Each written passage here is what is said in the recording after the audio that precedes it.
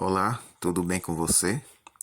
Hoje estaremos iniciando uma série que iremos refletir sobre a vida de Jesus. O tema é o nascimento de Jesus. Situada entre as colinas da Galileia, a pequena cidade de Nazaré era o lar de José e Maria, que posteriormente se tornaram os pais terrestres de Jesus. José pertencia à linhagem ou família de Davi, e quando saiu um decreto para o levantamento do censo da população, ele teve que ir a Belém, cidade de Davi, para ali registrar seu nome. Era uma jornada penosa, dadas as condições em que as viagens eram feitas na época. Maria, que acompanhava seu esposo, sentia-se extremamente fatigada ao subir a colina na qual Belém se localizava, e como desejava um lugar confortável onde pudesse repousar. Mas as hospedarias estavam todas lotadas. Os ricos e orgulhosos estavam bem hospedados, enquanto aqueles humildes viajantes tiveram que encontrar descanso em uma rude estrebaria. Embora José e Maria não possuíssem bens terrestres, sentiam-se amparados pelo amor de Deus, e isso os tornava ricos em paz e contentamento. Eram filhos do Rei Celestial que estava prestes a honrá-los de maneira maravilhosa. Anjos os acompanharam durante a viagem, e quando a noite chegava, os mensageiros celestes guardavam seu repouso. Não foram deixados a sós, pois os anjos permaneceram com eles. Ali naquela pobre estrebaria nasceu Jesus, o Salvador, e foi colocado em uma manjedoura. O Filho do Altíssimo, aquele cuja presença havia inundado as cortes celestiais com sua glória, repousava em um rude berço. Antes de vir à terra, Jesus fora o comandante das hostes angelicais. Os mais brilhantes e exaltados filhos da alva anunciaram sua glória na criação. Em sua presença diante do trono, cobriam o rosto e lançavam-lhe aos pés suas coroas, cantando hinos de triunfo ao contemplarem seu poder e majestade. Entretanto, esse glorioso ser tanto amou o desamparado pecador, que tomou sobre si a forma de um servo para que pudesse sofrer e morrer por nós. Jesus poderia ter permanecido ao lado do Pai, usando a coroa e as vestes reais, mas por amor a nós trocou as riquezas do céu pela pobreza da terra. Ele escolheu renunciar ao posto de supremo comandante e à adoração dos anjos que tanto o amavam. Escolheu trocar a adoração dos seres celestes pela zombaria e desprezo de homens ímpios. Por amor a nós, aceitou uma vida de privações e uma morte vergonhosa. Cristo fez tudo isso para provar o quanto Deus nos ama. Viveu na terra para mostrar como podemos honrar Deus através da obediência à sua vontade. Assim agiu para que, seguindo seu exemplo, possamos finalmente viver com ele no lar celestial.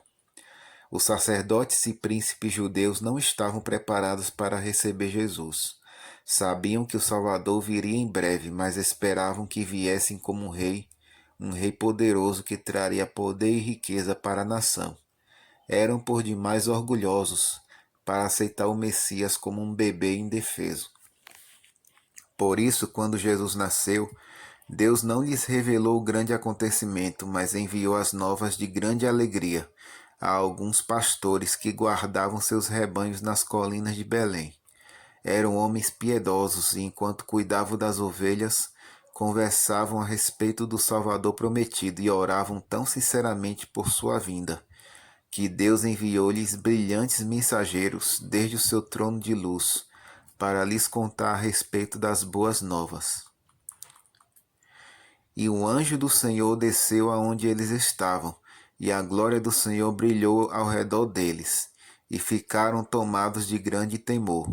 O anjo, porém, lhe disse: Não temais, eis que vos trago boa nova de grande alegria, que o será para todo o povo. É que hoje vos nasceu, na cidade de Davi, o Salvador, que é Cristo o Senhor. E isto vos servirá de sinal: encontrareis uma criança envolta em faixas e deitada em manjedoura.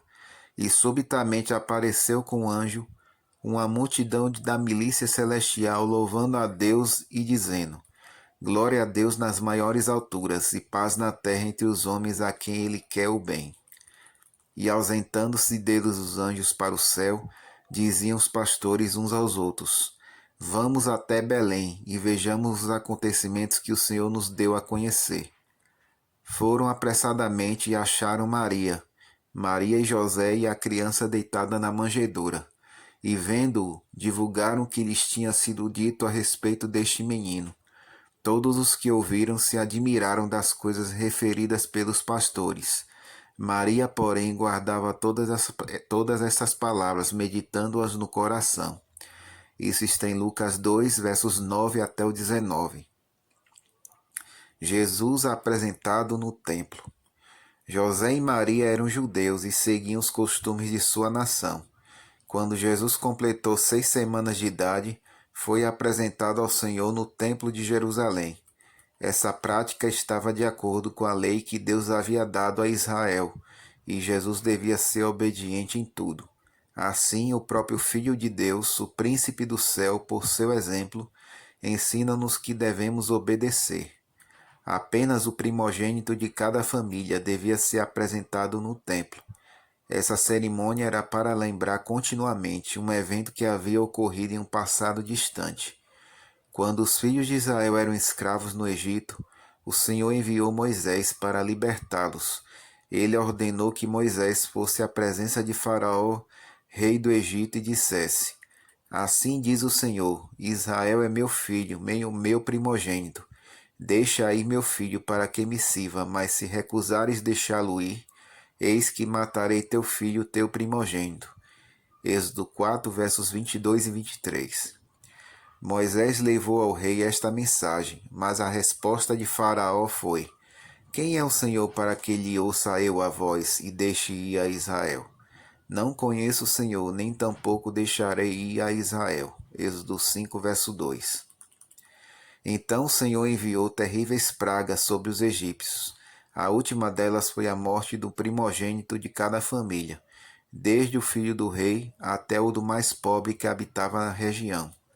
O Senhor ordenou a Moisés que cada família dos israelitas matasse um cordeiro e com o sangue do animal marcasse a ombreira da porta. Esse foi o sinal para que o anjo da morte passasse por alto as casas dos israelitas e não tocasse nenhum deles, exceto os cruéis e orgulhosos egípcios. O sangue da Páscoa representava para os judeus o sangue de Cristo. No tempo determinado, Deus lhes daria seu querido filho como sacrifício, assim como o cordeiro havia sido sacrificado de modo que todo aquele que cresce nele pudesse ser salvo da morte eterna. Cristo é chamado de a nossa Páscoa, 1 Coríntios 5, verso 7. Somos redimidos por seu sangue através da fé, Efésios 1, versículo 7. Assim, quando cada família israelita trouxesse seu filho primogênito ao templo, deveria lembrar-se de como os filhos foram salvos da praga e como todos poderiam ser salvos do pecado e da morte eterna. A criança, ao ser apresentada no templo, era tomada nos braços e erguida diante do altar. Desse modo, era solenemente dedicada a Deus, e logo que era devolvida à mãe, seu nome era registrado em um rolo, ou livro, que continha o nome de todos os primogênitos de Israel. Assim também, todos os que são salvos pelo sangue de Cristo terão seu nome escrito no livro da vida. Reconhecendo o prometido.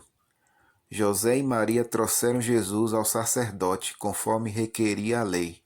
Todos os dias, pais e mães traziam seus filhos e o sacerdote nada notou de diferente em José e Maria dos outros que vinham dedicar seus primogênitos. Para ele eram simplesmente gente operária. Na criança viu apenas um frágil bebê. Ele não podia imaginar que tinha nos braços o Salvador do mundo, o sumo sacerdote do templo celestial. Contudo, ele poderia ter sabido, pois se tivesse sido obediente à palavra de Deus, o Senhor o teria revelado. Naquela mesma hora estavam no templo 2 servos fiéis de Deus, Simeão e Ana. Ambos haviam dedicado toda a vida ao serviço do Senhor, que lhes revelou coisas que não podiam ser reveladas aos orgulhosos e egoístas sacerdotes. A Simeão deu a promessa de que não morreria sem ver o Salvador. Assim que viu Jesus no templo, ele soube que aquela criança era o Messias prometido. Uma luz suave e divina iluminava o rosto de Jesus e, tomando-o nos braços, Simeão louvou a Deus, dizendo: Agora, Senhor, podes despedir em paz o teu servo, segundo a tua palavra, porque os meus olhos já viram a tua salvação, a qual preparaste diante de todos os povos, luz para a revelação aos gentios e para a glória do teu povo de Israel. Lucas 2, versos 29 a 32. Ana, uma profetisa, chegando naquela hora, dava graças a Deus e falava a respeito do menino a todos os que esperavam a redenção de Jerusalém. Lucas 2, versos 38. É desse modo que Deus escolhe pessoas humildes para serem suas testemunhas. Com frequência, aqueles a quem o mundo honra são passados por alto. Muitos são como os líderes e sacerdotes judeus. Muitos há que estão prontos para servir e honrar a si mesmos, mas poucos se preocupam em honrar e servir a Deus. Por isso, ele não pode escolhê-los para contar aos outros sobre seu amor e misericórdia. Deus abençoe e na próxima reflexão daremos continuidade à vida de Jesus.